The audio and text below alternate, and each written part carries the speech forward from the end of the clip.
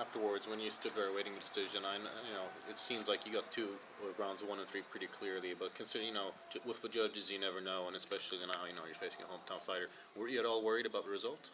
I thought about that a little bit, but at the end of the day, I have a very strong Christian faith, and so, it is what it is, and whatever God had planned for me, is going to be just that. So I figured I did enough to win, but it was up to the Lord if it all was going to work out. So I tried not to think about it too much. What aspect of your game or mentality do you think gave you the edge to get that win? Wrestling.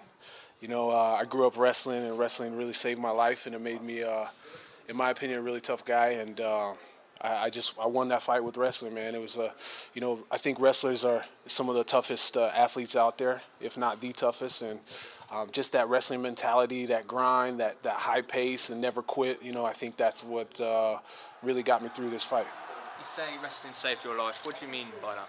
I grew up with a really tough childhood. I didn't have a dad that was around, and mom was, into drugs and in abusive relationships and so forth. And so it was really hard as a young man to grow up and have a good role model. And I think I found wrestling right at the right time.